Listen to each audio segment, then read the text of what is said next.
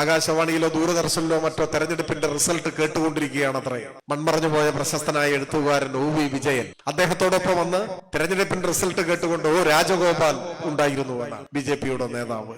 1984 parliament തെരഞ്ഞെടുപ്പിന്റെ result എല്ലാവർക്കും അറിയുന്നതാണ്.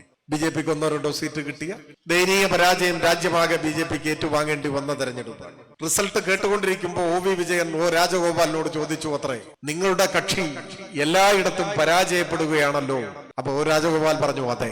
ഒരു നിമിഷത്തിന്റെ മൗനത്തിന് ശേഷം അദ്ദേഹം തുടർന്നു അത്രേ, പക്ഷേ അഖിലേന്ത്യാ തലത്തിൽ ഞങ്ങൾ സ്വീകരിക്കപ്പെടും എന്ന് ഉറപ്പാണ് അദ്ദേഹം ഉറപ്പിച്ചു പറഞ്ഞു. അപ്പൊ ഒ വി വിജയൻ ചോദിച്ചു, എന്തുകൊണ്ട്, നിങ്ങൾ എന്തുകൊണ്ടാണ് അങ്ങനെ പറയുന്നത്? അതിന് ഒ രാജഗോപാൽ പറഞ്ഞ മറുപടി സാധാരണ നിലയിൽ ഒരു രാഷ്ട്രീയ നേതാവ് പറയുന്ന മറുപടി ആയിരുന്നില്ല.